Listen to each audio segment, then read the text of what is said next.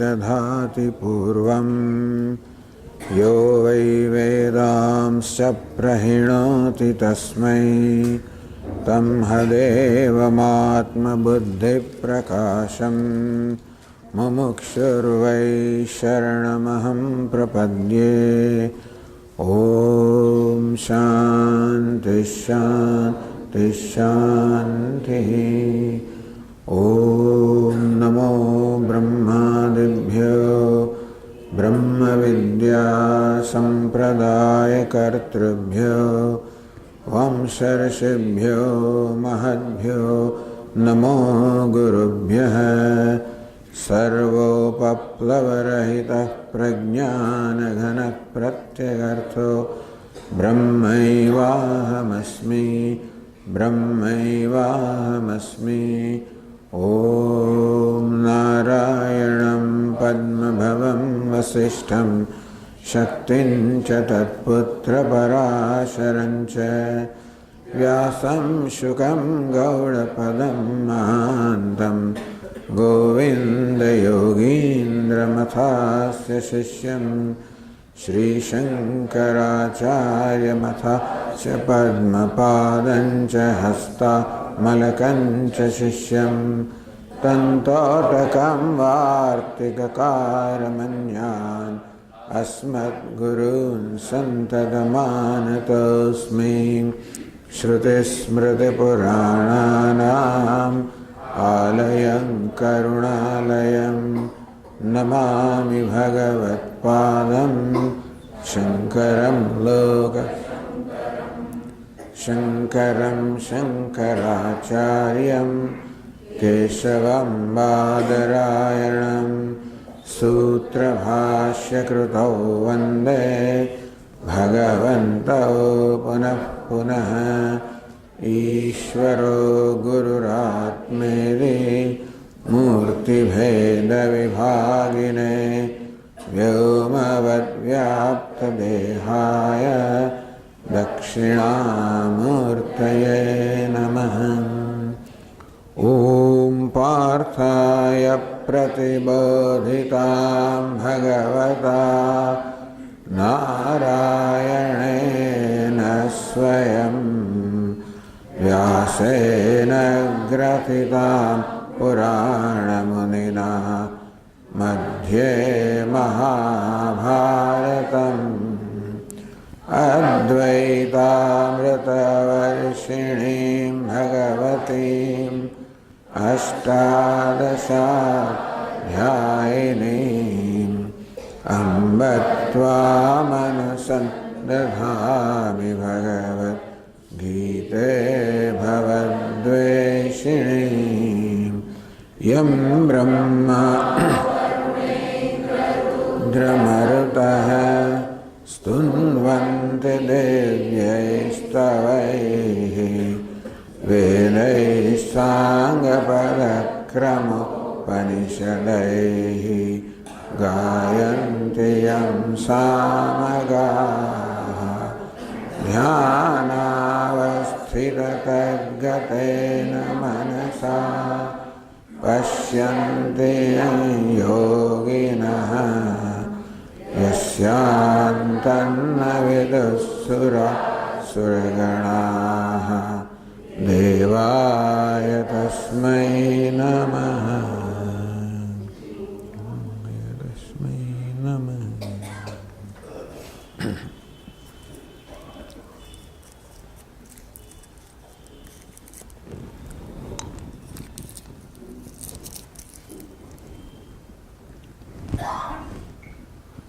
અર્જુનના પ્રશ્નના ઉત્તરમાં ભગવાન સ્થિતપ્રજ્ઞના લક્ષણોનું વર્ણન કરે છે, પરંતુ આવો સ્થિતપ્રજ્ઞ બનવા માટે કયા પ્રકારની પૂર્વ તૈયારી હોવી જોઈએ એની પણ વાત ભગવાન કરે છે. ભગવાન ત્યાં બીજા અધ્યાયમાં કર્મયોગનો ઉપદેશ કરે છે. કર્મણ્યેવાધિકારસ્તે મા ફલેષુ કદાચન. ભગવાન બહુ સરળ વાત કરે છે. કર્મણ્યવાધિકારસ્તે, હે અર્જુન, કર્મ કરવામાં તારો અધિકાર છે, તારી સ્વતંત્રતા છે, તારી જવાબદારી છે. કર્મ કરવું એટલે કર્તવ્ય કર્મ કરવું, પોતાની ફરજ બજાવવી, એ દરેકની જવાબદારી છે. એક આ મનુષ્યને આ પ્રકારની જવાબદારી છે. બાકી મનુષ્ય સિવાય બીજા કોઈ જીવોને કોઈ કર્તવ્ય હોતું નથી કે માની સેવા કરવી, બાપની સેવા કરવી, અમુક આવી કોઈ કર્તવ્ય મનુષ્ય સિવાય બીજા કોઈનો હોતું નથી. એટલે આમ જોવા જઈએ તો ભગવાને આપણને એક મોટી જવાબદારી આપી છે. મનુષ્યની ઉપાધિ સર્જીને મનુષ્યને એક મોટી જવાબદારી આપી. બીજા કોઈ જીવોને કોઈ જવાબદારી નથી. આહાર, નિદ્રા, ભય, મૈથુનમ, આજે બધા સ્વાભાવિક આવેગો છે, બસ એની પૂર્તિમાં એમનું જીવન ખર્ચાઈ જાય છે, બીજી કોઈ જવાબદારી નથી. તો એ તો સારું કહેવાય ને. ઉલટા માણસ બનીને મોટી જવાબદારી આવી, માણસ ના બન્યા હોત, ગાય ભેંસ ચડાવે તો કોઈ જવાબદારી ન હોત તો સારું થાત કે નહીં? તો કે નહીં. કારણ કે જે પ્રકારની એક વિશેષ અધિકાર મનુષ્યને છે, પોતાની ઉન્નતિ કરવાનો. બીજા કોઈ જીવો પોતાની ઉન્નતિ ન કરી શકે. કૂતરું જન્મ્યું હોય ત્યારે કૂતરું હોય, મરે ત્યારે પણ કૂતરું જ હોય. કોઈ ભેંસ જન્મી હોય ત્યારે ભેંસ હોય, મરે ત્યારે પણ એ જ હોય. જ્યારે મનુષ્ય જન્મે ત્યારે મનુષ્ય હોય ખરો, પણ મરે ત્યારે કૂતરું પણ હોય કે ભગવાન પણ હોય, દેવ પણ હોઈ શકે. આમ પોતાની ઉન્નતિ કરવી. ગઈકાલે કહ્યું ને કે શાસ્ત્રો કહે છે કે તું તો પૂર્ણ છે, પરમાત્મા સ્વરૂપ છે, પૂર્ણ છે, અનંત છે.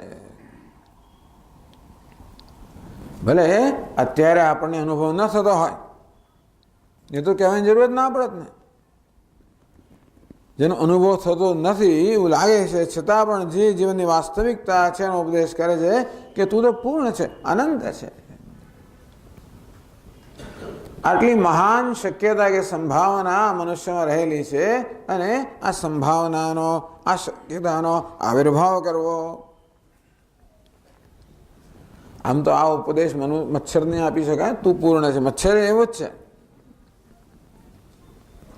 જેમ નારાયણ મારું સ્વરૂપ છે, તેમ નારાયણ મચ્છરનું સ્વરૂપ છે, અને ભેંસનું સ્વરૂપ પણ છે. ના નહીં. ભગવદ્ ગીતા ભગવાન કે વાસુદેવ સર્વમિતિ, આ સર્વ વાસુદેવ છે. એમ જોઈએ તો આપણા મચ્છરમાં એવો ફેર નથી. આટલો ફેર કરો કે આપણો આ વેશ જુદો છે, મચ્છરનો વેશ જુદો છે. બહુ મોટો ફેર છે, છતાં બી એટલો ફેર છે. એક અભિનેતા જેમ જાત જાતના વેશ લે, રાજા બને, ભિખારી બને, પ્રધાન બને, તો રાજા જુદો, ભિખારી જુદો, આમ વેશની દ્રષ્ટિએ જુદા જુદા છે, પરંતુ વેશ ધારણ કરવાની દ્રષ્ટિએ એક જ છે. તેમ શાસ્ત્રો સમજાવે છે કે પરમાત્માએ આ બધા વેશ લીધેલા છે કે જગતના પ્રારંભમાં આ ઉપાધિનું, આ ખોળિયાનું, આ વેશનું સર્જન કરવામાં આવ્યું. સર્વાણી રૂપાણી વિચિત્ય ધીર, એ ધીર અર્થાત સર્વજ્ઞ પરમાત્માએ આ બધા રૂપ ઉત્પન્ન કર્યા. તત્સૃષ્ટવા તદેવાનું પ્રાવિશત, પછી આ વેશ ઉત્પન્ન કરીને જેમ કોઈ અભિનેતા વેશમાં પ્રવેશ કરે તેવી રીતે ભગવાને પણ આ વેશમાં પ્રવેશ કર્યો. એક તકલીફ થઈ ગઈ. સામાન્ય રીતે અભિનેતા તો ભિખારનો વેશ લેતો પણ એને સભાનતા છે કે હું તો ધનવાન છું, એટલે ભિખારનો વેશ પહેરવાના કારણે એ ભિખારી બની જતો નથી. પણ કદાચ એવું થાય કે રંગમંચ પર જતા પહેલા કદાચ વધારે પડતું ઢીંચવામાં આવ્યું હોય, એવું કંઈક થયું હોય, તો તો શક્ય છે કે એ પોતાને ભૂલી જાય, શક્ય છે. પાછળ ગ્રીન રૂમમાં તૈયાર થઈને બરોબર સરસ ભિખારી બન્યો છે. સ્ટેજ પર આવતા પહેલા એ મોટા અરીસામાં જોયું કેવો દેખાવું છું, અરે હું તો ભિખારી છું. દરેક એવો ભ્રમ એનામાં જન્મી ગયો. તો ભિખારી ન હોવા છતાં પણ ભિખારીનું બધું દુઃખ એ માણસ અનુભવે છે, ખરું કે નહીં?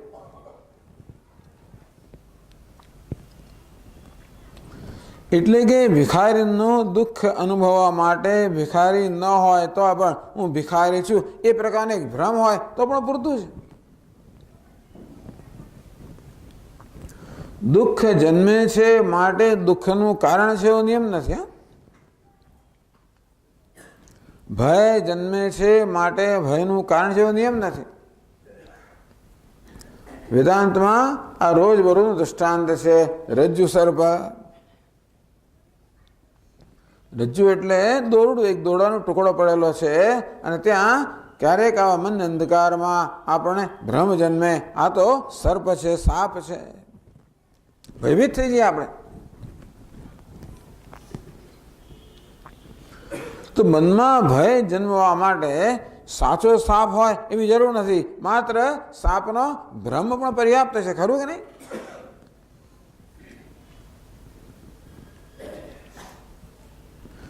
તેમ પેલા અભિનેતાએ પણ ભિખારીનું દુઃખ અનુભવવા માટે ભિખારી હોવાની જરૂર નથી, માત્ર એક ભ્રમ છે, ભ્રમ પૂરતો છે હું ભિખારી છું. તેવી રીતે આ પરમાત્માએ આ વેશમાં પ્રવેશ કર્યો અને એણે વેશમાં અહમ ભાવ કર્યો. આ શિવ થકી જીવ થયો. આ જે શિવ છે એ આ વેશમાં ઉપાધિમાં અહમ ભાવ કરીને પોતાને જીવ માને છે. આ માને છે એ વાક્ય અગત્યનું છે. જો પેલો ભિખારીનો વેશ પહેરવાને કારણે અભિનેતા ભિખારી બની ગયો હોત તો પછી એ કંઈ કહેવાનું નથી, તો કોઈ જો કોઈ વેશ ધારણે ના કરે તો.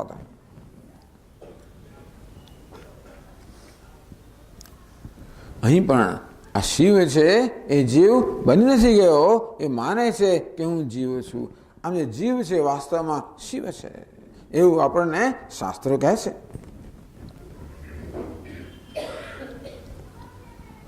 પણ અત્યારે આપણા અનુભવનો વિષય નથી. અત્યારે તો આપણે પીડાઈ રહ્યા છીએ, જીવ પણ હજી પીડાઈ રહ્યા છીએ. ગઈકાલે વાત કરે ને કે દરેક જણને અંદર એવું લાગે છે કે હું બરોબર નથી, પર્યાપ્ત નથી, પૂરતો નથી, અધૂરો છું, ઊણો છું, અપર્યાપ્ત છું. આમ પ્રત્યેક મનુષ્યને સતત કશી ને કશી ઉણપ ચાલ્યા કરતી હોય છે. અને તેથી આપણે અંદરથી પીડાતા હોઈએ છીએ. આ પીડામાંથી કેમ મુક્ત થવું? મનુષ્યના હૃદયમાં જે શોક છે, વિષાદ છે, દુઃખ છે, અધૂરપ છે, ઉણપ છે, પીડા છે, એમાંથી મુક્ત થવાનો આપણે સતત પ્રયત્ન કરીએ જ છીએ. આપણા દરેક કર્મની પાછળ આ એક જ પ્રયોજન હોય છે, દુઃખમાંથી દુઃખ પ્રાપ્ત નિવૃત્તિ, સુખ પ્રાપ્તિ, દુઃખ નિવૃત્તિ. કેમ સુખને પ્રાપ્ત કરવું, કેમ દુઃખમાંથી નિવૃત્ત થવું? યોગ અને ક્ષેમ, જે નથી એને કેમ મેળવવું, જે છે એનું કેમ રક્ષણ કરવું?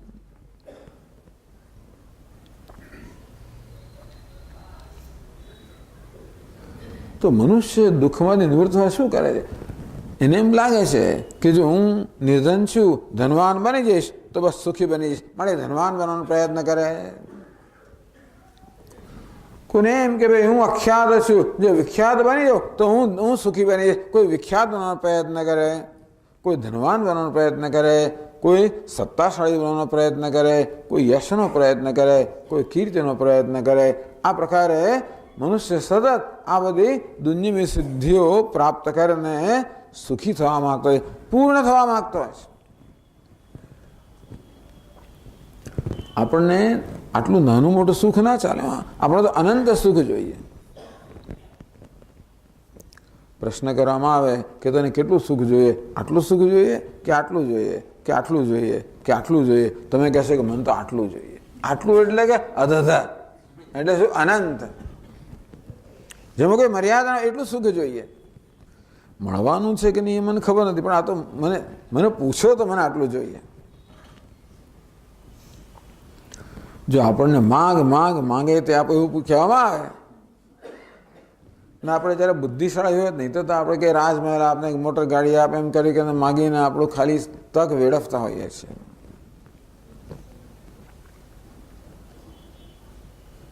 પણ વિવેકી માણસ શું માગે? મને તો અનંત સુખ જોઈએ. કેટલો વખત જોઈએ? રોજની 15 મિનિટ ચાલશે કે અડધો કલાક? પછી બાકીના સમયમાં દુઃખ વાંધો છે? નહીં સ્વામી, એવું તો ના જોઈએ. મને જરાય પણ દુઃખ ના જોઈએ. મને તો 24 કલાક સુખ જોઈએ. કોઈ કહે કે જ્યાં સુધી આ હોલમાં બેઠું છું ત્યાં સુધી તને આનંદ છે, જો બહાર નીકળીશ કે તું દુઃખી થઈ જઈશ. એ તો કે નહીં સ્વામી, એવું પણ ના ચાલે. મને તો અહીંયા હોવ કે બહાર હોવ, ઘરમાં હોવ, જ્યાં પણ હોવ ત્યાં મને તો સુખી હોવું તું ગમે, દુઃખ ના ગમે. આમ આપણને અનંત સુખ જોઈએ, સર્વ સમય જોઈએ, સર્વ સ્થળે જોઈએ, સર્વ સંજોગોમાં જોઈએ. નોકરી પર જવું અને સાહેબ હોય અને હું દુઃખી થયું ત્યાં પણ મને સુખ જોઈએ. સાસુ હોય એને પુત્રવધુથી તો કે ગમે તે પુત્રવધુ મળે તોય મને સુખ જોઈએ, પુત્રવધુ ગમે તેવી સાસુ મળે તોય સુખ જોઈએ.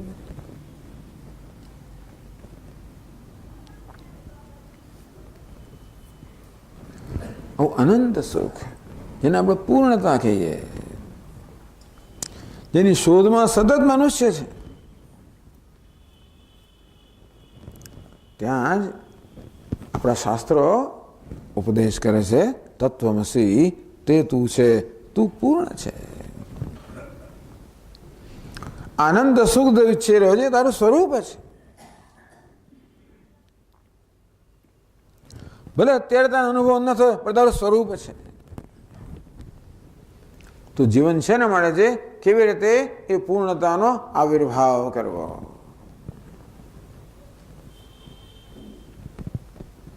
બધા પૂર્ણ જ છે, મચ્છર પૂર્ણ જ છે. એ કે એને આવિર્ભાવ તક નથી, ભગવાને એની બુદ્ધિ આપી નથી.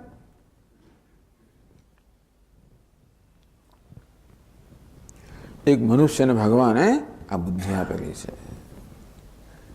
મહાન સદભાગ્ય છે કે બુદ્ધિનો સદુપયોગ કરવામાં આવે. તો અર્જુને ભગવાન સમક્ષ સ્વીકાર કર્યો કે ભગવાન, મેં મારી બુદ્ધિનો સદુપયોગ કર્યો નથી. કાર્પણ્ય દોષોપહત સ્વભાવ,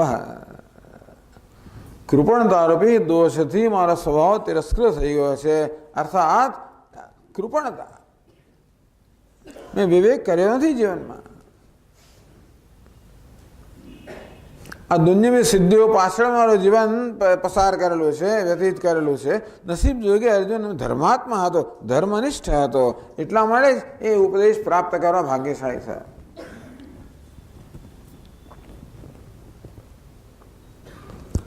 પરંતુ પોતાની જે મૂળભૂત ઝંખના છે એનો ક્યારેય પણ વિચાર નથી કે હું શું ઈચ્છું છું જીવનમાં.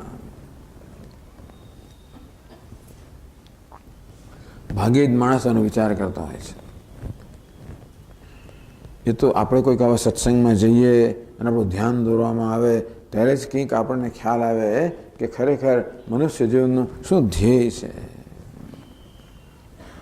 ઘણા લોકો પ્રશ્ન કરતા હોય છે કે સ્વામીજી જમવાનું શું કામ હશે, એના માટે જીવવાનું છે.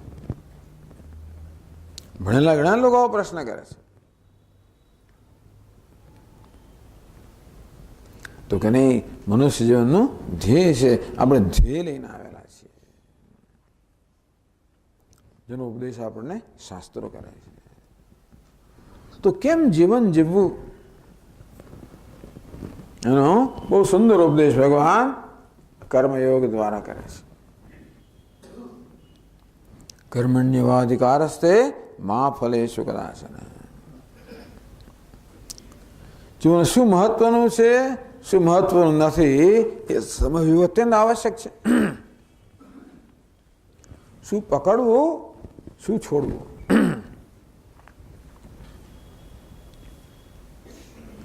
એવો વિવેક ન હોવાને કારણે ક્યારેક આપણે શું થાય છે કે જે મહત્વનું નથી એને પકડીએ છીએ, મહત્વનું હોય છે એને જતું કરીએ છીએ.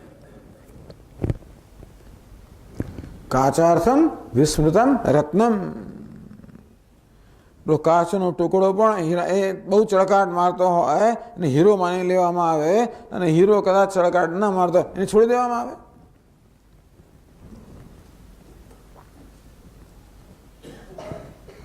તો કર્મયોગમાં ભગવાન જો કેવી સરસ આ આપણી સંસ્કૃતિ, કેવો સરસ આપણે કેવા સુંદર શાસ્ત્રો છે. ભગવાન જાણે છે કે પ્રત્યેક ક્ષણે આણે કશું ને કશું કર્મ કરવાનું છે. એ ક્ષણ પ્રમાણે નિષ્ક્રિય બેસી જ રાખવાનું નથી, કશું કરવાનું તો છે જ. તો આ જે નાનું મોટું કર્મ કરીએ છીએ, ભલે આપણે રોજબરોજનું કર્મ કરીએ, વ્યવહારિક કર્મ કરીએ, પછી ઝાડુ વળવાનું હોય કે રસોઈ કરવાનું હોય કે પ્રવચન આપવાનું હોય કે લખવાનું હોય કે વાંચવાનું હોય કે શાસન કરવાનું હોય, જે કંઈ કર્મ કરવાનું હોય, આપણા ફાળે જે કર્મ આવે તે ખરું. કદાચ શું કરવું એ નક્કી કરવાનું આપણા હાથમાં ન પણ હોય, સંજોગો પ્રમાણે સંજોગો નક્કી કરતા હોય કે મારે શું કરવું. ઘણી વખત આપણને એનો કોઈ મહાન વિરોધ હોય છે કે હું આ નહીં કરું, આ મારું કામ નથી.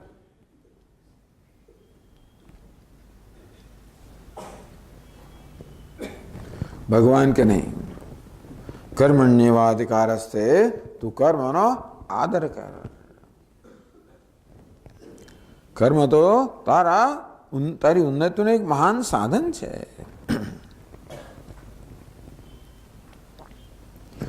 જે કંઈ કર્મ કે જે કંઈ ફરજ તારા ભાગે આવે એને તું આદર કર, એને પ્રેમપૂર્વક સ્વીકાર, એનો તું તિરસ્કાર ન કરીશ. તો સ્વામી મને આવું, મારે આવું કે મારે ઝાડુ વાળવાનું, મારે રસોઈ આખો ઢસડો કરવાનો, મારે પેલા કેટલા નસીબદાર છે, એમને કેવું સરસ કામ મળે છે, મને આવું કરવાનું.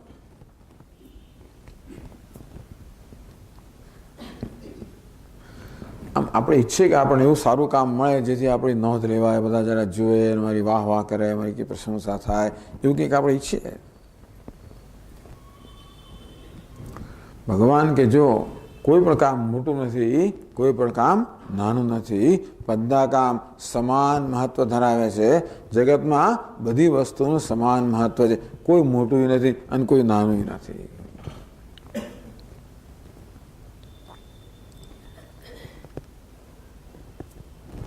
हमारा स्वामी एक वार्ता कथा કહે,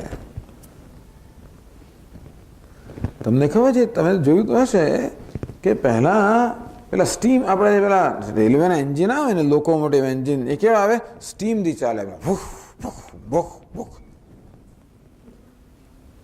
આપણે તો એ રીતે ઉછરેલા છીએ કે ધુમાડો નીકળતો હોય ને પેલું એન્જિન ભક ભક કરતું હોય. એમાં શું હોય ખબર છે, એક મોટો સિલિન્ડર હોય, એક પિસ્ટન હોય, આમ જાય એટલે પેલા આખા વ્હીલને ફેરવે, પૈડાને ફેરવે, આખી ટ્રેનને ચલાવે. મોટા પિસ્ટન આમથી આમ જાય, સતત કામ કરે, એને એવું કામ સોંપાયેલું. આ પિસ્ટનને એક રોડ સાથે જોડવામાં આવ્યો, તો એક પેલો એક ચાકી હોય, એક નટ હોય, એનાથી પિસ્ટનને જોડેલો. પેલા પિસ્ટન ખરો ને બહુ રૂઆબ કરે પેલી ચાકી પર, કે તું શું કરે, આખો બેસી રહે છે, કેવું કામ કરતો નથી, જો હું કેવું કામ કરું છું સતત, એમ કરી કે બહુ રૂઆબ કરે. પેલા નટ ને પેલી ચાકી લાગે, અરે રે હું તો નકામો છું, બસ મારે બેસી જ રહેવાનું, મારે આવું જ કામ કરવાનું. એમ તો કે હું જરા ફરવા માંડું, પેલો ફરે છે એટલે હું ફરું. એમ કરતાં કરતાં કરતાં ચાકી નીકળી ગઈ, પેલો પિસ્ટન છૂટો પડી ગયો, ભગભગ કરતો બંધ થઈ ગયો.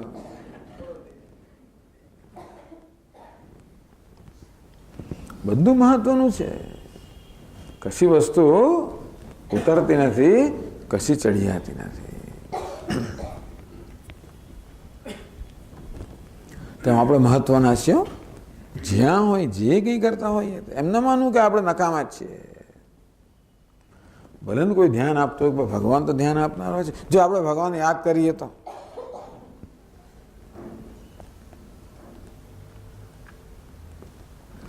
આમ કર્મયોગમાં ભગવાન પહેલી વાત તો એ શીખવે છે કે આપણે પહેલા કર્મનો આદર કરવો જોઈએ,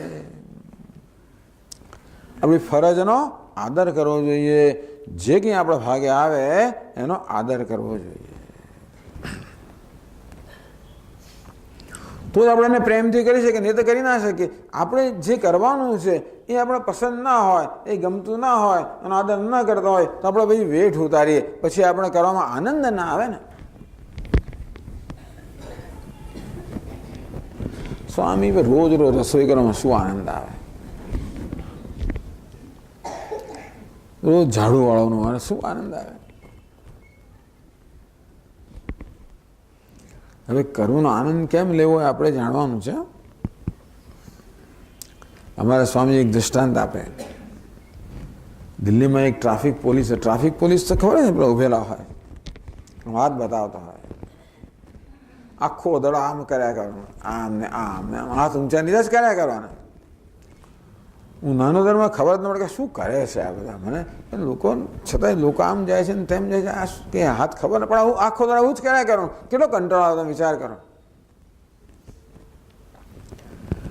આમ જ કર્યા કંટાળાજનક કામ કહેવાય કે ના કહેવાય? પણ એક પોલીસે તો એમાં બહુ પરિવર્તન કર્યું. શું કરવું છે? એને નૃત્ય કરવા મળ્યું.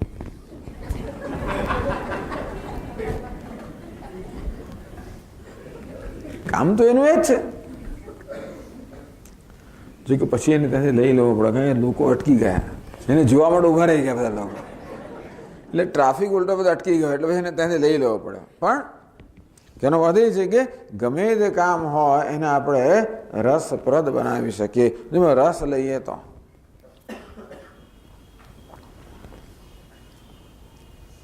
કર્મણ્યવાધિકારસ્તે, કર્મનો આદર કરવો જોઈએ, કર્મમાં રસ લેવો જોઈએ.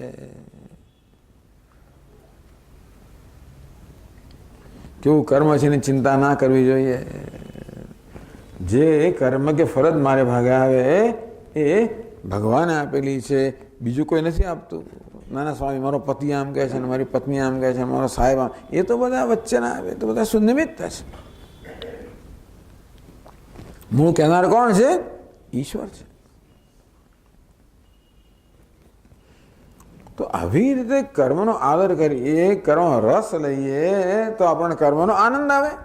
તો બીજો આનંદ માટે જો કર્મથી આનંદ આવતો તો બીજો આપણે જોઈએ શું? તો મને કહો.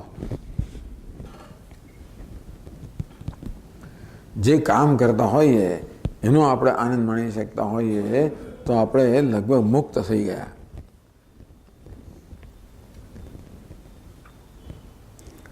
મા ફલેષુ કદાચન. આવી રીતે કર્મ કરીએ તો કદાચ ભગવાનને યાદ પણ કરી શકાય.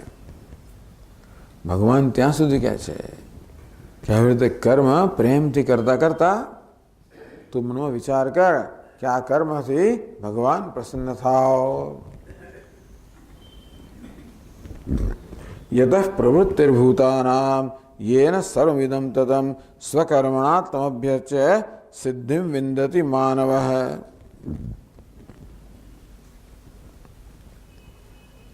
ભગવદ્ ગીતા ભગવાન કે જે કર્મ કરે એ ભગવાનની અર્ચનાના રૂપમાં કર, ભગવાનની પૂજાના રૂપમાં કર.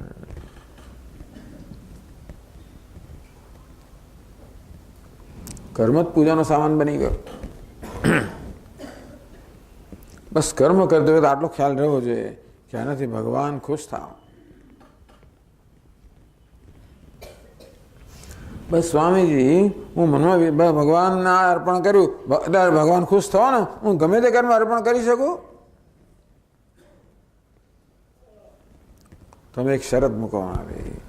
વળી પાછું આજે અમારા સ્વામીજીને બહુ યાદ આવે છે, પણ એ વળી પાછી બીજી વાત કે કર્મયોગને પ્રવચન ચાલતા હતા એટલે એક જણે સાંભળ્યું આ બધું કે જે કર્મ કરે તું તારે ભગવાનને અર્પણ કર, જે ફળ મળે એ સ્વીકારી લે. તો એક માણસ સ્વામી પાસે આવ્યો કે સ્વામીજી, હું 1 મહિનાથી સતત પ્રયત્ન કરી રહ્યો છું. મારો પડોશી છે ને બહુ મોટો ધનવાન માણસ છે. મને ખબર છે કે એના ભોંયરાની અંદર એણે એક કબાટમાં એ સેફની અંદર ખૂબ બધા ઝવેરાતો અને ખૂબ બધું ભરેલું છે. મને ખબર છે. એની ચાવી વાવી બધી મને ખબર છે, કેમ ખોલવું બધું મને ખબર છે. 1 મહિનાથી છે ને એક બુગદો ખોદી રહ્યો, ટનલ ખોદી રહ્યો છે. એટલે નીચેથી મારા ઘરમાંથી આમ ટનલ ખોદી એના ઘરમાં જવા માટે.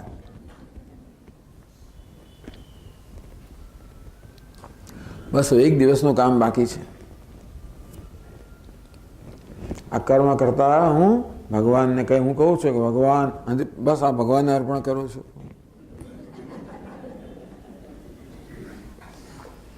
અને ભગવાન જે ફળ આપશે એ હું સ્વીકારી લઈશ.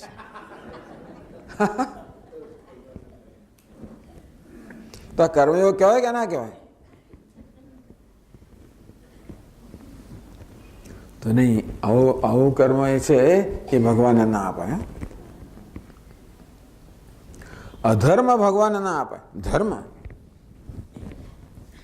જે કર્મ કરીએ એ ધર્મના આધારે થવું હોવું જોઈએ, અધર્મ નહીં.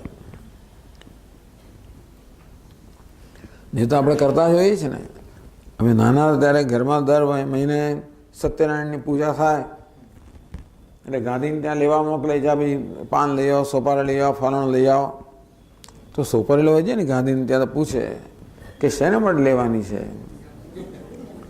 આ કથા માટે, પૂજા માટે લેવાની છે કે ખાવા માટે લેવાની છે? ભગવાનની પૂજાની હોય તો જરા જુદા પ્રકારની સોપારી, સસ્તી સોપારી હોય. ખાવાની હોય જરા મોંઘી સોપારી હોય. એવું નહીં.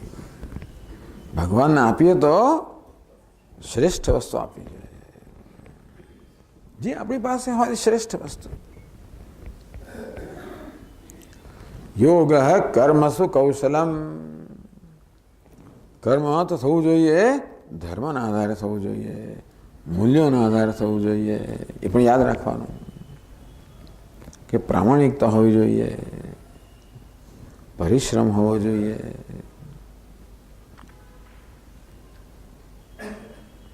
અહિંસા હોવી જોઈએ. આ બધું તો જીવનમાં હોવું જોઈએ. એ સિવાય આપણી ઉન્નતિની કોઈ સંભાવના નથી. જરાક વારમાં જુઠ્ઠું બોલી દીધું, જરાક વારમાં થોડી ચોરી કરી લીધી, જરાક વારમાં આમ કર્યું, એમ કરતા કરતા એવું ના ચાલે.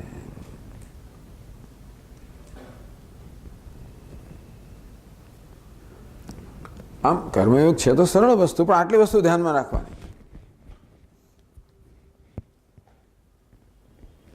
કે જે કર્મ આવે મારા હાથ મારા ભાગે એનો આદર કરું,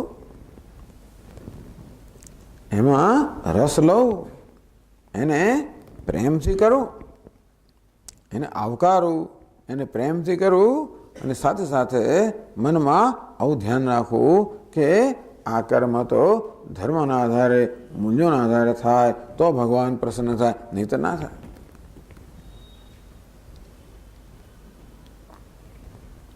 કર્મણ્યવાધિકારસ્તે. સહેલી વસ્તુ છે ને. મેં ખાસ બીજું કંઈ નવું કરવાનું નથી.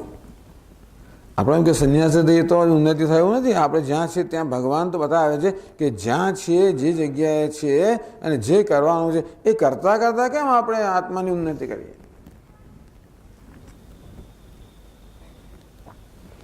જોડે જોડે ગીતા આ બધું શીખતા તો રહેવું જોઈએ. ક્લાસ તો ભરવા જોઈએ પાછી જોડે જોડે. એ તો ખરું છે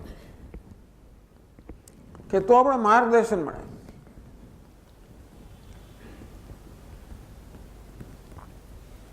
માં ફલેષુ કદાચન. ભગવાન કે જે કર્મ કરે એમાં ફળની અપેક્ષા ન રાખીશ. એટલે શું સ્વામી, ફળની અપેક્ષા ન રાખી એટલે શું? એનો અર્થ એવો કરવાનો કે ભગવાન જે ફળ આપે એને પ્રેમથી સ્વીકારી લે. ટૂંકમાં આપણે કશું કરીએ ત્યારે આપણી ઈચ્છા પ્રમાણે થાય કે ન પણ થાય, ખરું ને? બધું આપણી ધારણા પ્રમાણે થાય એવું નથી આવતું. રોજ રસોઈ કરીએ ત્યારે પણ ક્યારેક મીઠું વધારે પડી જાય, ક્યારેક આ થઈ જાય, એવું થાય ને. અમે ફરિયાદ કરી કે બા આજે આવી દાળ કેમ છે? તો કઈ રસોઈ છે, રોજ રસોઈ તો રસાયણ છે, તો રોજ કંઈ સરખું થતું હોય છે. ઉલટા આપણે દબડાવે. એટલે ટૂંકમાં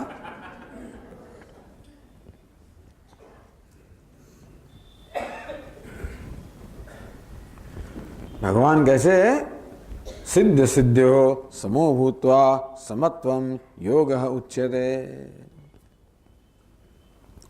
તું કર્મ કરીશ એટલે ક્યાં તો સફળતામાં છે, ક્યાં તો નિષ્ફળતામાં છે.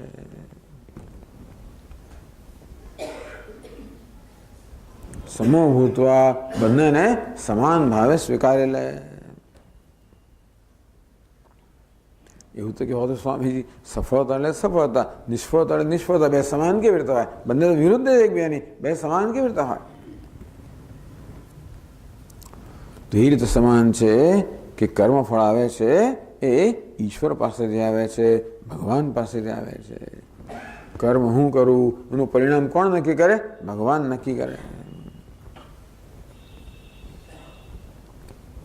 ટૂંકમાં ભગવાન આપણું ધ્યાન દોરે છે. તું કર્મ કરે એ નક્કી કરવાની સ્વતંત્રતા તને છે, પણ એ કર્મનું શું પરિણામ આવશે એ નક્કી કરવાની સ્વતંત્રતા તને નથી. તો ખરું જ ને?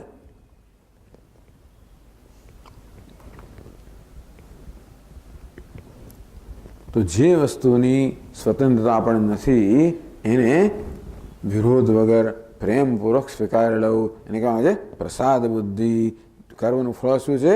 ઈશ્વરનો પ્રસાદ છે. કારણ કે કયા કર્મનું શું ફળ મળવું જોઈએ એ નક્કી કરનાર કોણ છે? ઈશ્વર છે, આપણે નથી. એ સર્વજ્ઞ છે, સર્વશક્તિમાન છે, એ નક્કી કરે. સ્વામી ભગવાન આવું શું કામ નક્કી કરતો હશે? મારું ધારું થતું જ નથી કશું. આવું ભગવાન કેમ કરતો હશે? ભગવાન જાણે.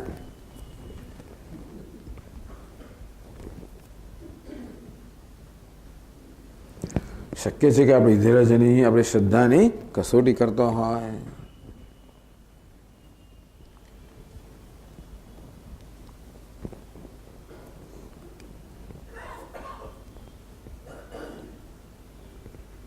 આમાં જરા શ્રદ્ધા જોઈએ, ભક્તિભાવ જોઈએ. કર્મયોગમાં ઈશ્વરમાં શ્રદ્ધા જોઈએ, ભગવાનમાં ભક્તિભાવ પણ જોઈએ. શું શ્રદ્ધા જોઈએ? એવી શ્રદ્ધા જોઈએ કે ઈશ્વર તો હંમેશા મારું હિત કરનાર છે, એ ક્યારે મારું અહિત ન કરે. મારું ધાર્યું ના આપે એવું બને, પણ મારું અહિત કરે એવું ના બને.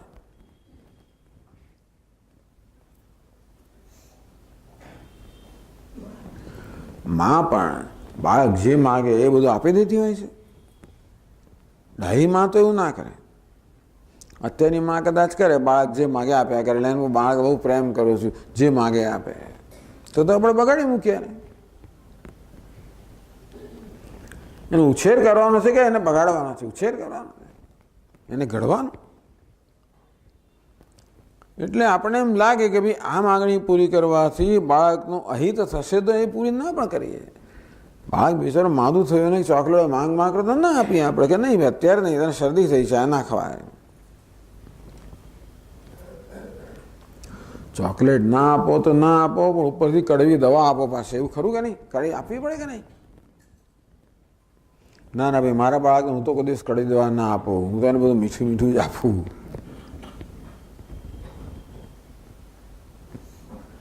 તેમ ભગવાને ક્યારેક ક્યારેક કડવી દવા આપે.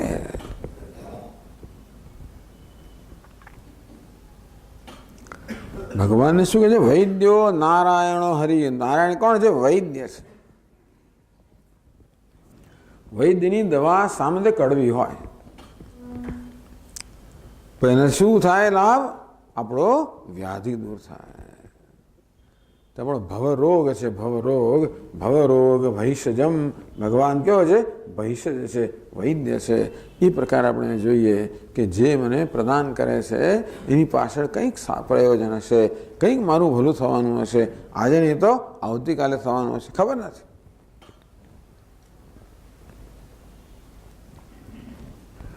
આ એક ગ્રીસ દેશની વાત છે. ત્યાં આગળ એક વૃદ્ધ એક માણસ રહેતો હતો.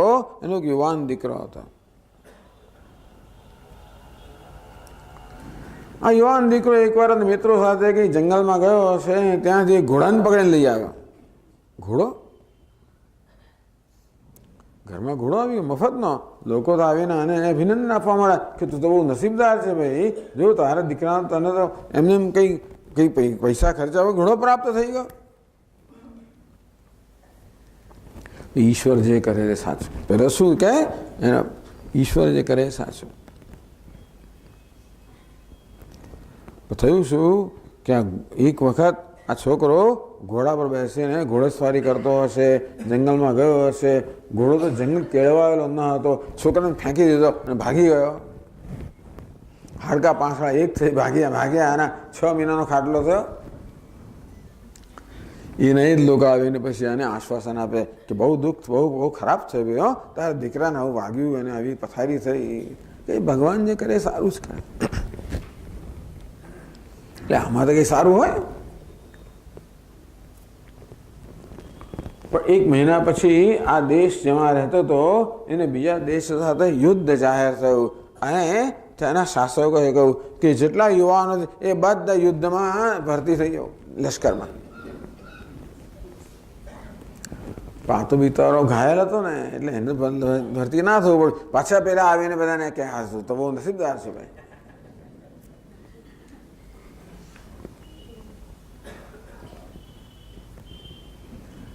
એટલે જે ભગવાનમાં શ્રદ્ધા ધરાવે છે એ તો જાણે છે કે ભાઈ કદાચ અત્યારે આ વસ્તુ મને કડવી લાગતી હોય, યોગ્ય ન લાગતી હોય, પરંતુ ભવિષ્યમાં આની શું અસર થશે એ મને શું ખબર પડે. અને તેથી એ તો કર્મનું જે ફળ આવે એને પ્રેમપૂર્વક ભગવાનના પ્રસાદ રૂપે સ્વીકારે છે.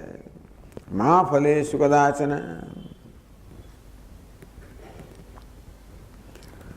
આટલી નાની વસ્તુ છે પણ એ તો બહુ મોટું કામ કરે છે જીવનમાં.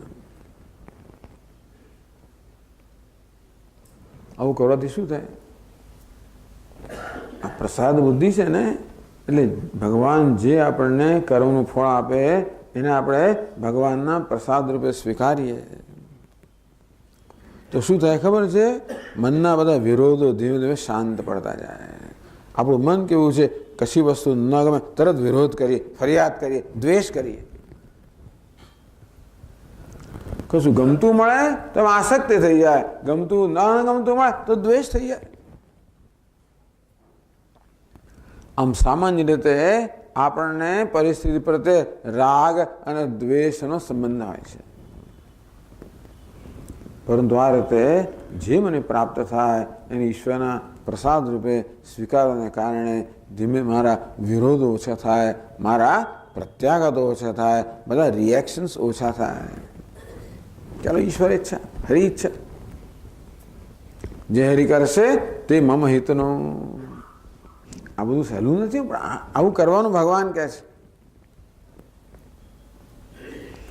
આપણે તો તમને કહીએ કે જે મને ફાવે એ મારા હિતનું, પણ એવું આ તો જે હરિ કરશે તે મમ હિતનું.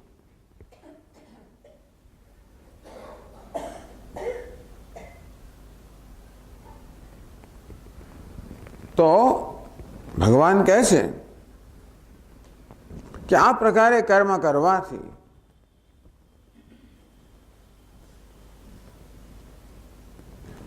રાગ અને દ્વેષ આપણા જે આવેગો છે એ ધીમે ધીમે ઓછા થતા જાય. આ ભાવનાથી, આ ભગવાનની ભક્તિ છે. આપણે નાનું મોટું જે કરતા હોઈએ એ દ્વારા ભગવાન પ્રસન્ન થાય એ ભાવના ભક્તિ છે. ઘરની અંદર લાલાની સેવા થતી હોય અને એને માટે તમે સામગ્રી બનાવો, એ ભગવાન અર્પણ થાય છે ને, એને ભક્તિ કહેવાય. એની વડે માળા ગૂંથો ભગવાન અર્પણ થાય જેવું ભક્તિ કહેવાય?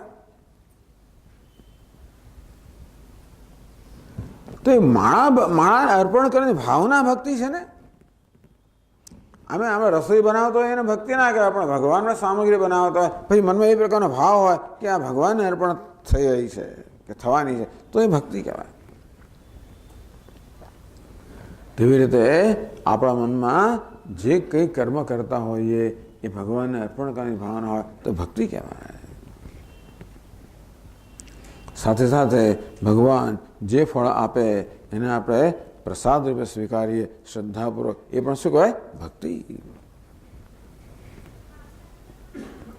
કર્મયોગ કહો, ભક્તિયોગ કહો, એક જ વસ્તુ છે, જુદી નથી.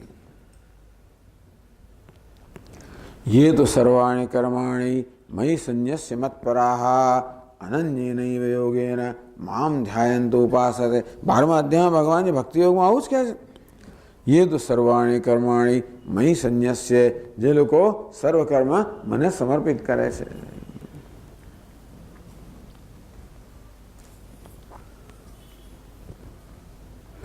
મય્યર્પિત મનોબુદ્ધિ, એમ ધીમે ધીમે મન અને બુદ્ધિ મારામાં સ્થિર થવા માંડે છે.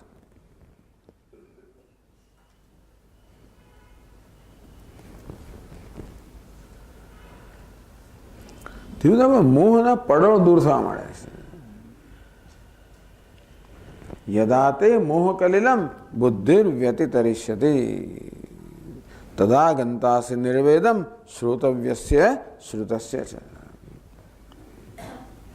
અર્જુન, આ પ્રકારે જીવન જીવવાથી, આ પ્રકારની ભાવનાથી, કર્મયોગ મહત્વ શું છે? ભાવના મહત્વની છે. કર્મ મહત્વનું નથી, ભાવના મહત્વની છે. શબરી પેલું શું મોટું કર્મ કરતી હતી? આખી જિંદગીને શું કર્યું? ઝાડુ વાળ્યું, ભગવાનનો માર્ગ સાફ કર્યો, રોજ લીપણ કર્યું, રોજ વનમાં જઈને ફળ લઈ આવે, પાણી ભરીને ભગવાન માટે મૂકે. આ રોજ બરોજનું જ કર્મ થયું ને. પણ એનું મન ક્યાં છે? ભગવાનમાં છે.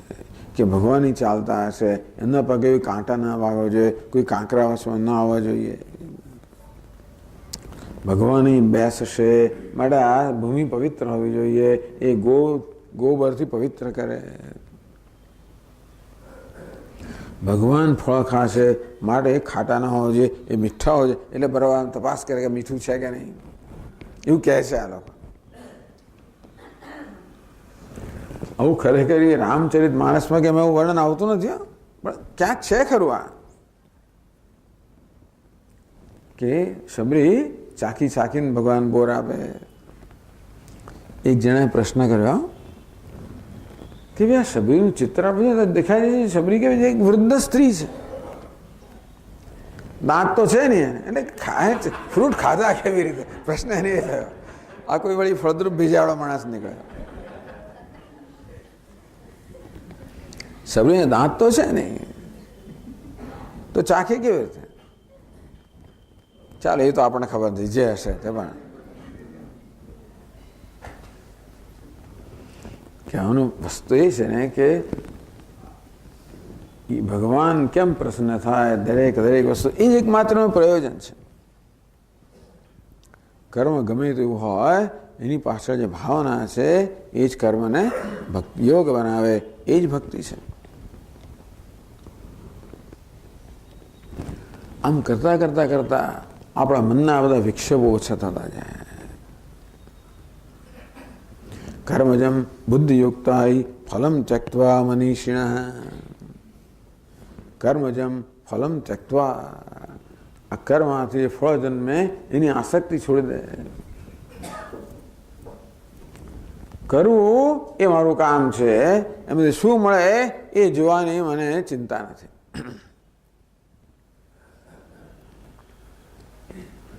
જન્મ બંધ વિનુર્વક્તા પદમ ગચ્છન્ત્ય નામયમ. ભગવાન કામ કરતા કરતા જન્મના બંધથી મુક્ત થઈ જાય છે.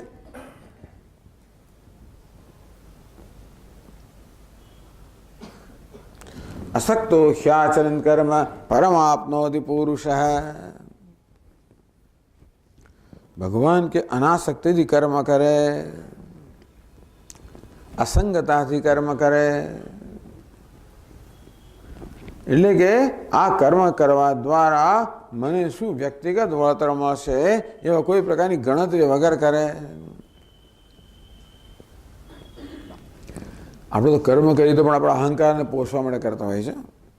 કર્મ કરીએ શેના માટે? અહંકારને પોષવા માટે, આપણા રાગ દ્વેષને પોષવા માટે. મને ગમે તે કરું, ના ગમે તે ના કરું.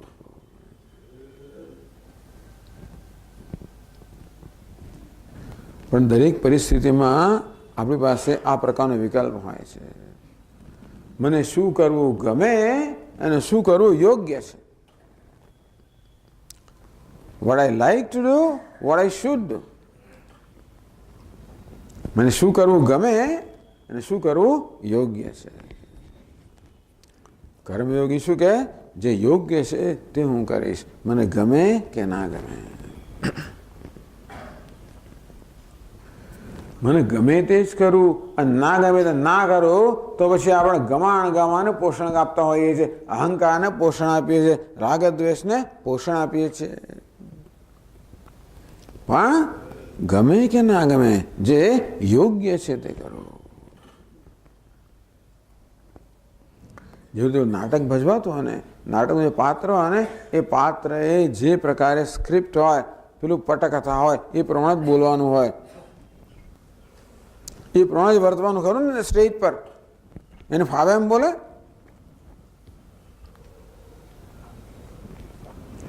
બોલો એક તમાચોમાં એક મુક્કો મારે તો ખાઈ લેવાનો હોય, ત્યાં તો એવું હોય નાટકમાં. તો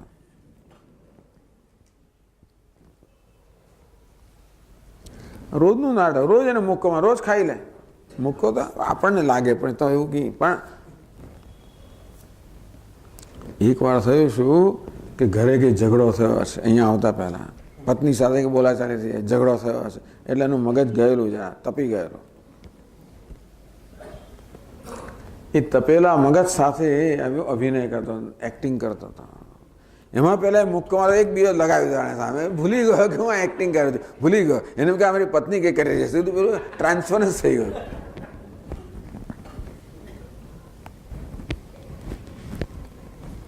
આવું કહેતું શું થાય? આપણા રાગ દ્વેષને પોષણ મળે. તો કે નહીં, જે બોલવાનું છે બોલવું. અહીંયા માર ખાવાનું માર ખાઈ લઉં, ખમવાનું છે ખમી લઉં, આ નાટક છે. એમાં મારું ગમતું જે નહીં કરવાનું, જે યોગ્ય છે તે કરવાનું. તેમ દરેક પરિસ્થિતિમાં જે યોગ્ય છે તે કરવાનું, ગમે કે ના ગમે. તો એનો લાભ શું થાય? આપણા ગમા અણગમા ધીમે ધીમે દૂર થતા જાય, મનના વિક્ષેપો શાંત થતા જાય. શ્રુતિ વિપ્રતિપન્નાતે યદા સ્થાસ્યતિ નિશ્ચલા સમાધાવચલા બુદ્ધિ તદા યોગમ અવાપ્સ્યસી. અચલા બુદ્ધિ, ભગવાન કેમ કરતા કરતા તારી બુદ્ધિ અચળ બનશે, નિશ્ચળ બનશે.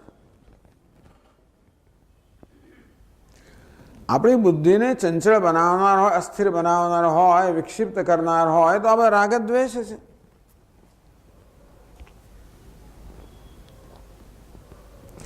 આ રાગ દ્વેષ છે ને એ આપણી પૂર્ણતાને ઢાંકી દે છે, એની આડે અવરોધ રૂપ છે.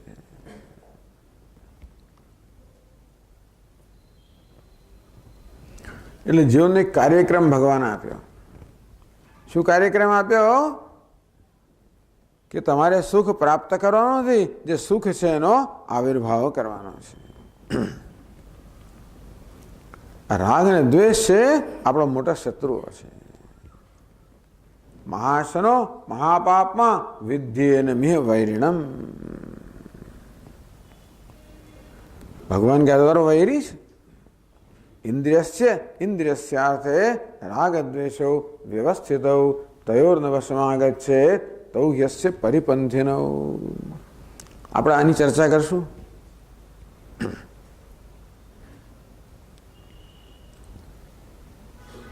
ધીમે ધીમે આવરણ દૂર થતું જાય કર્મ કરતા કરતા. કઈ રીતે? આવી ભાવનાથી, યોગની ભાવનાથી, ઈશ્વરને અર્પણ કરવાની ભાવનાથી. એમ ભગવાનને યાદ કરવો પડે ને. કર્મ કરતી વખતે ભગવાન યાદ કરવો પડે કે આ તો ભગવાન માટે કરું છું. કર્મનું ફળ મેળવતી વખતે ભગવાન યાદ કરો કે આ ભગવાન પાસેથી આવે છે, ખરું કે નહીં? કર્મ કરતી વખતે ભગવાન યાદ કરવો પડે કે આ તો ભગવાન માટે કરું છું. ભાઈ સ્વામી કંઈ ભગવાન નથી, હું તો મારા પતિ માટે કરું છું, આ એ જ ભગવાન છે. અમારા સાહેબ માટે જે રૂપમાં હોય એ રૂપમાં, બધા રૂપમાં એ નારાયણ જ છે. એના માટે જેને માટે કર્મ કરતા આપણે શું કામ કેવું કોઈને માટે કરીએ? હું તો અમારા નારાયણ માટે જ કર્મ કરું છું.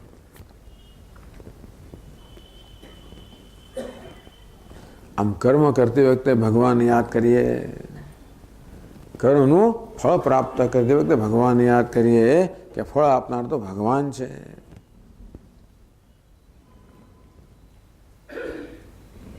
તો ધીમે ધીમે મનના વિક્ષેપો ઓછા થવા માંડે. વિપ્રતિપન્નાતે બુદ્ધિ યથા સ્થાસ્યતિ નિશ્ચલા. આ પ્રકારે વિક્ષિપ્ત થયેલી તારી બુદ્ધિ જેમ જેમ અચળ થતી જશે, નિશ્ચળ થતી જશે,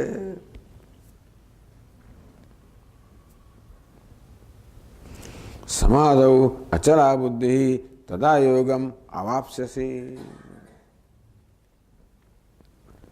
સમાધિ એટલે આત્મા, તારી બુદ્ધિ છે આત્મામાં નિષ્ઠ થતી જશે તો યોગ પ્રાપ્ત કરશે, અર્થાત આત્મજ્ઞાનમાં નિષ્ઠા પ્રાપ્ત કરશે.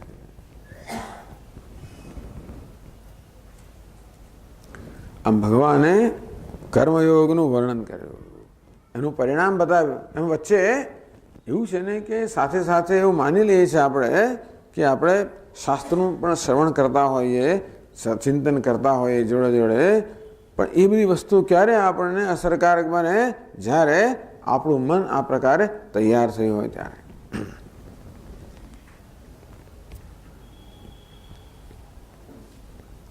તથા યોગમ અવાપ્સ્યસી, તો યોગને પ્રાપ્ત કરીશ, આત્મજ્ઞાન પ્રાપ્ત કરીશ, આત્મજ્ઞાન નિષ્ઠા પ્રાપ્ત કરીશ. આવું જ્યારે કહ્યું ત્યારે અર્જુનના મનમાં પ્રશ્ન જન્મ્યો. એનાથી આપણા પ્રવચનોના પ્રારંભ થાય છે, અર્જુનના પ્રશ્નથી. તો ભગવદ્ ગીતાના બીજો અધ્યાય છે, એના 54 થી મળીને 72 શ્લોક, એટલે ભગવદ્ ગીતા બીજા અધ્યાયના 72 શ્લોક છે. છેલ્લા 19 શ્લોક જે છે એમાં આ વર્ણન છે. એમાં એક શ્લોક છે 54મો, એ કેવો છે? અર્જુનનો પ્રશ્ન છે. બાકીના 18 શ્લોક છે 55 થી મળીને 72 ભગવાનનો ઉત્તર છે. આ ભગવાન સિદ્ધ પ્રજ્ઞાનું વર્ણન કરે છે. તો ચાલો આપણે એ શ્લોકો જોઈએ એક પછી એક. બીજા અધ્યાયનો 54મો શ્લોક.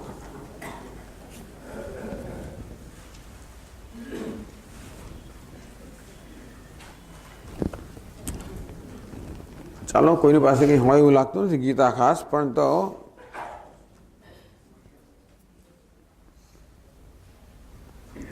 બનશે તો કાલે તમને આ શ્લોકો આપવાનો પ્રયત્ન કરશું.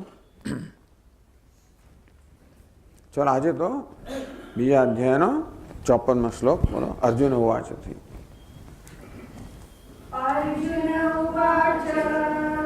અર્જુન જરા મોટું. અર્જુન ઉવાચ. અર્જુન ઉવાચ.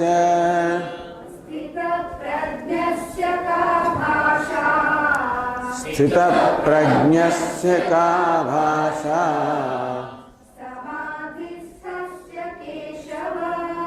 સમાધિસ્થસ્ય કેશવ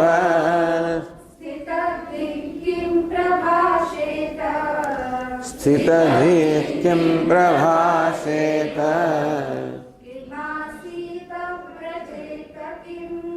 કિમાસીત વ્રજેત કિમ. Good good. અર્જુન ઉવાચ. ભગવાને જે વર્ણન કર્યું એ પરથી અર્જુનને પ્રશ્ન જન્મ્યો. એટલે આપણે કંઈક સાંભળીએ એટલે આપણા મનમાં ઘણી વાર આવી રીતે વિચાર જન્મે કે આગળ જાણવાની ઈચ્છા જન્મે કે આપણો પ્રશ્ન અર્જુનનો આ પ્રકાર પ્રશ્ન જન્મ્યો તો આ ભગવાને જે કહ્યું કે આ પ્રકારે જે પોતાની આધ્યાત્મિક ઉન્નતિ કરી આ કર્મયોગ શેનો કાર્યક્રમ છે આધ્યાત્મિક ઉન્નતિનો કાર્યક્રમ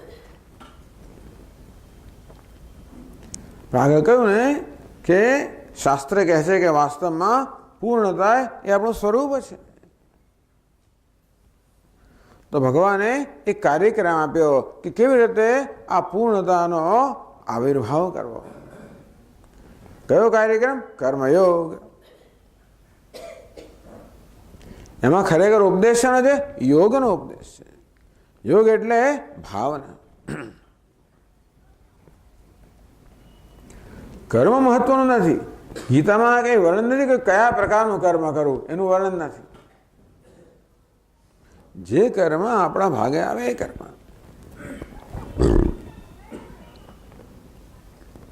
જૂના જમાનામાં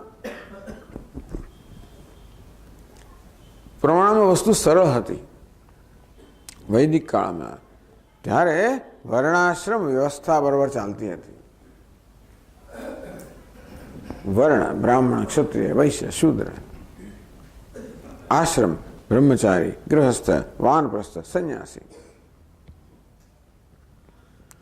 એ દરેક માટે કર્મ નક્કી થયેલા કે કોણે શું કરવું એવી એક સમાજની વ્યવસ્થા હતી એટલે દરેક જણને ખબર હોય કે મારે શું કરવાનું છે આજે એટલું સરળ નથી આજે જે વ્યવસ્થા હોય તે સારી પણ છતાં એટલે આપણે કહ્યું કે જે કર્મ આપણે ભાગે આવે એ કર્મ સ્વીકારીએ કદાચ તમે બદલી શકતા તો બદલજો એ ના નથી આપણી સ્થિતિમાં સુધારો કરી શકે તો જરૂર કરવો આપણે જે કર્મ કરીએ એને કરતાં બીજું કર્મ કરી શકાતો તો કરો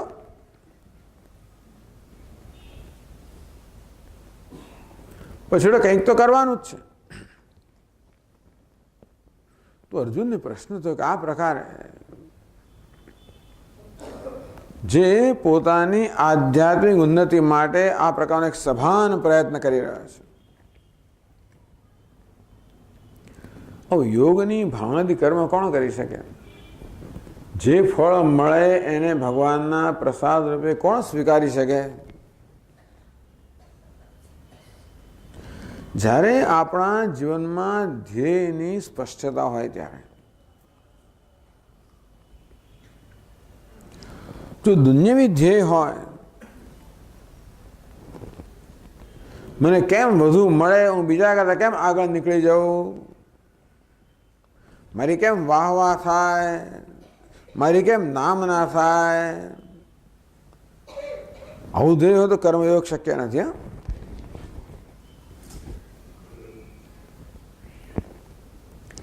આપણે ભૌતિક ઉન્નતિ કરવી છે કે આધ્યાત્મિક ઉન્નતિ કરવી છે એ બે પ્રકારની ઉન્નતિ જીવનમાં છે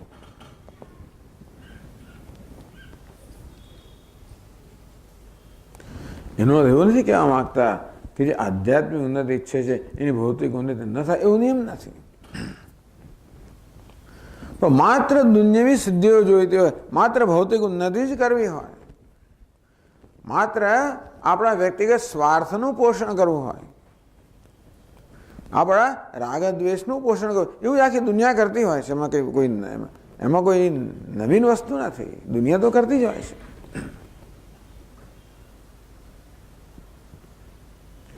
પ્રેમ કરવાથી માણસો સુખી છે કે નહીં એ એક પૂછવાનો પ્રશ્ન છે સ્વામી તમે આ બધી વાતો કરો છો બરોબર છે પણ જે લોકો કોઈ ધર્મ બર્મની વાત નથી કરતા જે લોકો તો બહુ બધા ચાલાક લોકો હોય છે બધા કુશળ લોકો હોય છે એ તો ધર્મને બાજુ મૂકીને ક્યાં ને ક્યાંય ઉપર પહોંચી જતા હોય છે અને એને કશું દુઃખ હોય મને તો જણાતું જ નથી તમારે આ બધી તમે ધર્મ કરો છો બધું પ્રેક્ટિકલ નથી ઉલટા જે ધર્મનું પાલન કરે છે ને એ તો છેલ્લા જ રહી જાય છે અને પેલા જ આગળ વધી જાય છે તો આગળ વધુ કોને કહેવું એ પ્રશ્ન છે આગળ વધવું એટલે શું? શું વધુ સંગ્રહ કરો, વધુ પ્રાપ્ત કરો, વધુ સંગ્રહ કરો, એને આગળ વધુ કહેવાતું હોય તો એ દુનિયા એને જ આગળ વધુ કહે છે. એ વાત સાચી છે. દુનિયાની દ્રષ્ટિએ સફાતાનો આંક છે. કેટલી વધારે સંપત્તિ મળી, કેટલી વધારે નામના મળી, કેટલી વધારે કીર્તિ મળી, કેટલી વધારે સત્તા પ્રાપ્ત થઈ, કેટલી વધારે વાહ થઈ, વગેરે વગેરે. અંતેથી એ બધી વસ્તુઓ માટે મનમાં મૂલ્ય હોય એમાં કોઈનો વાંક તો નથી. આપણે એમાં જ ઉછર્યા છીએ અને જોઈએ છીએ કે બધા એ જ વસ્તુ પ્રાપ્ત કરવા માટે જ મથે છે. કશ્ચિત ધીર, ઉપનિષદ કહે છે કે મોટાભાગના મનુષ્ય આવા જ હોય છે. જે લોકોને આ દુનિયાવી વસ્તુઓ મળે આકર્ષણ હોય છે એ બધા મોટાભાગના એવા જ હોય છે. ભગવાને બનાવ્યું છે પણ એવું આપણે ઇન્દ્રિયમાં આ બધી દુનિયાની વસ્તુ મળે આકર્ષણ મૂક્યું છે અને માટે આપણે એ જ રસ્તો એ બધાનું અનુસરણ કરતા હોઈએ છીએ.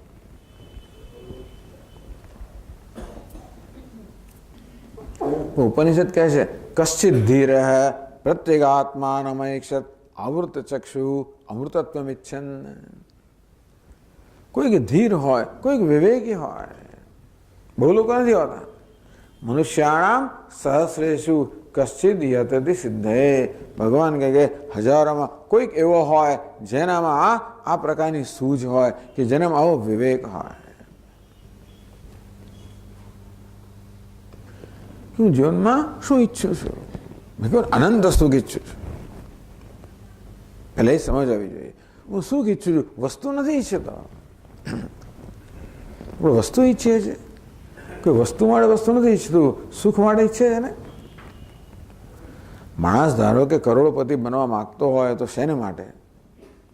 કે લે કરોડ રૂપિયા, 3 મહિના પછી હાર્ટ એટેક આવશે, લે લઈ લે.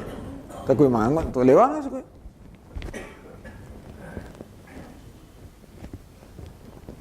લો સ્વામી તમને બહુ આશ્રમ બાંધવા માટે પૈસા હતા, લો આ બેગ લઈ લો.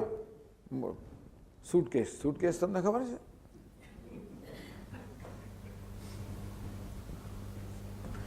નરસિંહ રાવના જ્યારે પ્રાઇમ મિનિસ્ટર ત્યારની આ વાત છે, ત્યારે સુટકેસો બધી ભરીને જતી હતી એવું કહેવાય છે. એવી કોઈ સુટકેસ તમને આપે અને કે પોલીસ આની પાછળ છે, તમે લઈ લો. આપણે ના અડકીએ ને. ટૂંકમાં કશીક વસ્તુ મને દુઃખ આપવાની છે એવું જ્ઞાન હોય તો આપણે વસ્તુ સ્વીકારીએ નહીં, ભલે ગમે તેવી મૂલ્યવાન હોય. એટલે દૃષ્ટાંત આવે કે બહુ સરસ ભોજન આપણી સમક્ષ પીરસાયું છે. અનેક બાળક જ આવીને આપણે કહીએ ભાઈ જો સ્વામીજી મને એમ છે કે આમાં ગરોળી પડી છે અંદર, એ ખાવાના છે એમ ન ખાઈએ. ટૂંકમાં આપણને માત્ર વસ્તુમાં રસ નથી, આપણે તો સુખમાં રસ છે. આવું પહેલા સમજવાની જરૂર છે. આત્મસુખામય સર્વમ પ્રેમ ભવતી. જગતમાં જે વસ્તુ પ્રિય છે એટલા પ્રિય છે કે આત્મા પ્રિય છે, સુખ પ્રિય છે, પ્રસન્નતા પ્રિય છે, આનંદ પ્રિય છે. કોઈનું દુઃખ નથી જોઈતું, ન જ જોઈએ, ન જ માંગવું જોઈએ, ન જ હોવું જોઈએ. એવો વિવેક હોય ને તો જ આ કર્મયોગનું પાલન શક્ય છે, બાકી શક્ય નથી. તો જ કશુંક છોડવું શક્ય છે. જ્યારે જાણીએ કે આ પકડવાથી મને દુઃખ મળવાનું છે, સુખ નથી મળવાનું, ત્યારે એને છોડી શકીએ, નહીં તો આપણે પકડી જ રાખીએ.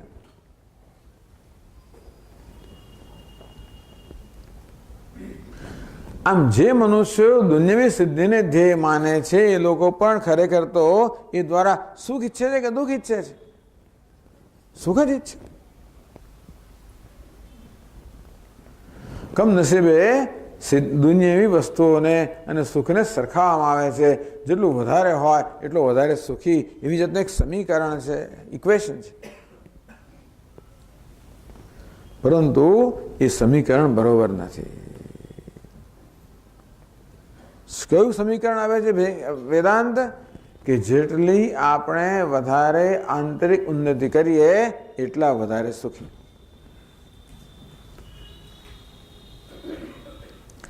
સુખી થવાની પ્રક્રિયામાં આપણે ધારો કે ધર્મનો ભોગ આપીએ, પ્રામાણિકતાનો ભોગ આપીએ, બીજાના પગ પર પાટું મારીએ, બીજાને દબાવીને ઉપર ચડીએ, એ વસ્તુ યા શ્રી સ્વયં સુકૃતિનામ ભવનેશુ અલક્ષ્મી પાપાત્મનામ. કદાચ લક્ષ્મી આવે ખરી, પરંતુ અલક્ષ્મી છે. ટૂંકમાં એ અર્થ નથી, અનર્થ થાય છે.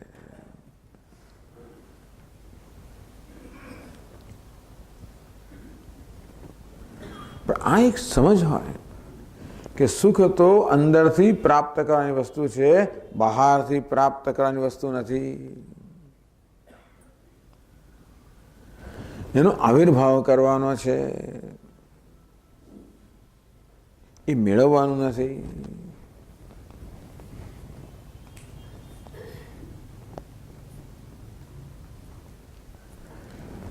તમે આવું કહો છો, કોણે કોઈ બહારથી સુખ નથી મળતું, કોણે કોઈ આઈસ્ક્રીમમાં સુખ નથી, કોણે કોઈ સિનેમામાં સુખ નથી, કોણે કોઈ મોટર ગાડીમાં સુખ નથી, કોણે કોઈ આપણામાં સુખ નથી. આમ તો બહુ આનંદ આવે છે.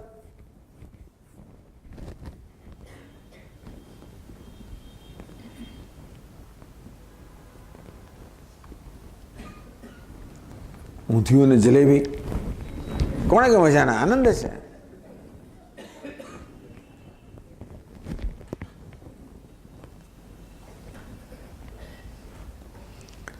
સામાન્ય રીતે બધાનો આ પ્રકારનો નિશ્ચય હોય છે કે સુખ ક્યાં છે?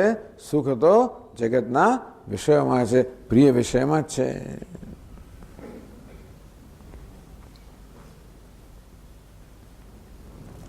એવું હોત તો બહુ સારું થઈ જાય.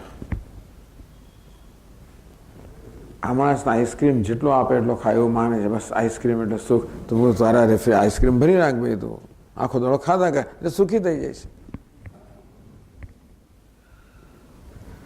આઈસ્ક્રીમ કેટલો ખવાય? 1 પ્લેટ ખવાય, 2 પ્લેટ ખવાય, ખાનારા 6 પ્લેટ પણ ખાઈ જાય. રસગુલ્લા કેટલા ખવાય? 5 ખવાય, 10 ખવાય, 15. પછી શું? પહેલા રસગુલ્લામાં જેટલો આનંદ આવે એટલો બધો બીજામાં ના આવે. આવે તો એટલો ત્રીજામાં ના આવે, કદાચ 4-5માં આવે, પછી છઠ્ઠામાં ધીમે ધીમે પછી એને કહે કે તું જેટલા રસગુલ્લા ખાઈશ ને એટલે 1-1 રૂપિયા આવે, એટલે ખાધે જાય ખરો. એ હોય રૂપિયાની લાલચ છે.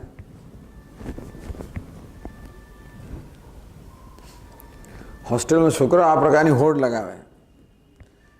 હોસ્ટેલ રહેતો હોય ને એટલે અઠવાડિયામાં 1 દિવસ ફીસ્ટ હોય, ત્યારે આવું કંઈક બનાવ્યું હોય તો છોકરાઓ બીજું કંઈ ખાય. આ પછી શરત લગાવે કે કોણ વધારે ખાય છે. ગુલાબજામુન ચાલો.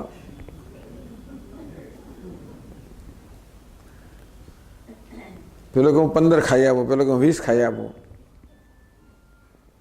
પેલો કે 20 થી વધારે જેટલા ખાય એટલા રૂપિયા આપીશ તને. ચાલો તો ખાય તો ખરો. પછી 21, 22, 25 તો બહાર જ આવે ને. પછી ક્યાં જવાના છે? આનંદ જ આપતો. જેટલા ખાય એટલો આનંદ આવો છે ને, એવું નથી આવતું. અંગ્રેજીમાં એને કહેવાય, આ શું છે? હા, કયો છે? તુષ્ટિગુણ. લો ઓફ ડિમિનિશિંગ રિટર્ન, એવું મને તો અંગ્રેજીમાં યાદ છે. ટૂંકમાં હા, ચાલો. એટલે દરેક વસ્તુનું મૂલ્ય ધીમે ધીમે ઘટતું જાય. પહેલાં ગુલાબજામુનથી જે આનંદ આવે એથી જરા ઓછો, બીજામાંથી ઓછો, ત્રીજામાંથી, 10મામાંથી તો આનંદને બદલે પછી દુઃખ જ આવે, અને 12મામાંથી ભયંકર આવે.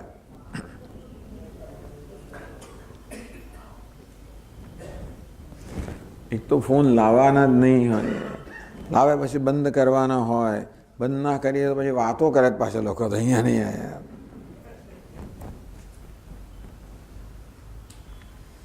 જો કે અમે વાંક નથી, આપણે ભૂલી જતો હોય છે કે બંધ કર્યો જ નથી. ઘણા આપણે બંધ કરી દીધો છે, ના પણ કરે એવું બને. હાજી, મને તો વાંધો નહીં, જેટલા વગાડો ફોન એટલા વગાડો, મને વાંધો નહીં. પણ તકલીફ શું છે કે ફોન વાળે લોકો એ સાંભળે, મને નથી સાંભળતા. એ તકલીફ છે. મારા અવાજ કરતાં ફોનનો અવાજ વધારે મીઠો હશે, ગમે તે કારણ હોય.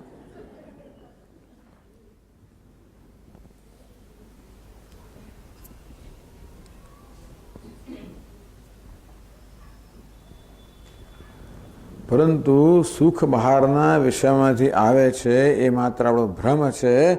સુખ તો આત્માનું સ્વરૂપ છે. એની ચર્ચા આપણે આવતીકાલે પણ કરશું. અને એટલે આ જે ભગવાને કાર્યક્રમ જે આપ્યો છે આધ્યાત્મિક ઉન્નતિનો, એ કેટલો મહત્વનો તો નહીં પણ એ જરૂરી છે. એ વખત જીવન જવાય એ વખત ચાલે જ નહીં. અને કેમ જીવનને યોગમય બનાવવું, બસ એની ચર્ચા છે સ્થિત પ્રજ્ઞની અંદર. એટલે આપણે આગળ આવતીકાલે આ ચર્ચાને આગળ ચલાવશું. ઓમ પૂર્ણમદ પૂર્ણમિદમ પૂર્ણાત પૂર્ણમુદચ્યતે પૂર્ણસ્ય પૂર્ણમાદાય પૂર્ણમેવાવશિષ્યતે. ઓમ શાંતિ શાંતિ શાંતિ. હરિ ઓમ. શ્રી ગુરુભ્યો નમઃ. હરિ ઓમ.